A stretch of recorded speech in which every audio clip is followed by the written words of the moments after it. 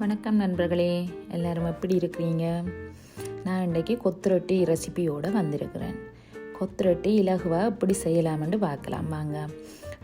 ஒரு சட்டியில் உங்களுக்கு தேவையான எண்ணெயை விட்டு அதுக்குள்ளே நான் பட்டை போட்டிருக்கிறேன் வாசத்துக்காக. சிவத்த வெங்காயத்தை வெட்டி போட்டுட்டு அதுக்குள்ளே கேரட்டும் லீட்ஸும் வெட்டி போட்டு தாளிக்க போகிறேன். நான்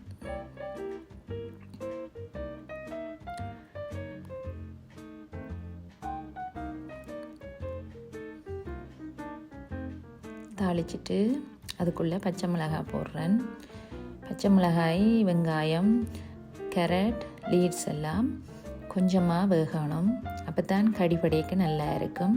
நல்லா வறுக்கக்கூடாது, ஓரளவு வெந்தால் காணும்.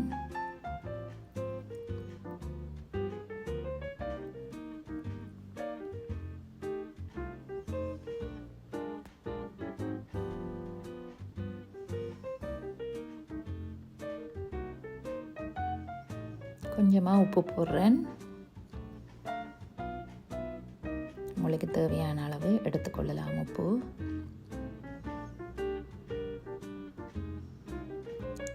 பாதி வெந்தது பாதி வேகாத மாதிரி எடுக்கணும். அதுக்குள்ளேயே 2 முட்டையை போடுறேன்.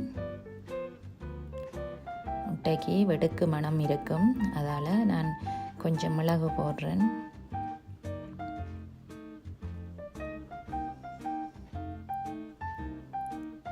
அதுக்குள்ளேயே முட்டையை வறுத்தெடுப்போம். வறுத்து வச்சு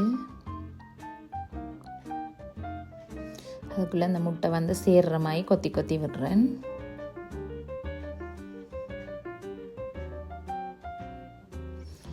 அதோடு நான் ரொட்டி வந்து வெட்டி வச்சிருக்கிறேன், கொத்து ரொட்டிக்கு ஏற்ற மாதிரி. அதை அதுக்குள்ளே வெட்டி கோழிக்கறி வச்சிருக்கிறேன். கோழிக்கறியும் அதுக்குள்ளே விடுறேன். இந்த கொத்து ரொட்டிக்கு வந்து கோழிக்கறி கொஞ்சம் தண்ணித்தன்மையாக இருக்கணும்.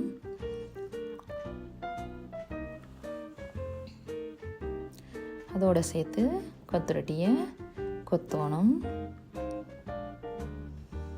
பச்சை மிளகாய் எல்லாம் கடிபடக்கூடியதாக இருக்கணும் பச்சையாக. அப்போ தான் கொத்து ரொட்டி டேஸ்ட்டை கொடுக்கும்.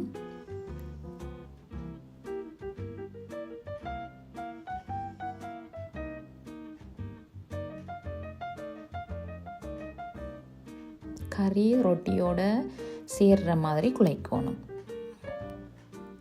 கொத்து ரொட்டி ரெடி, வாங்க சாப்பிடலாம்.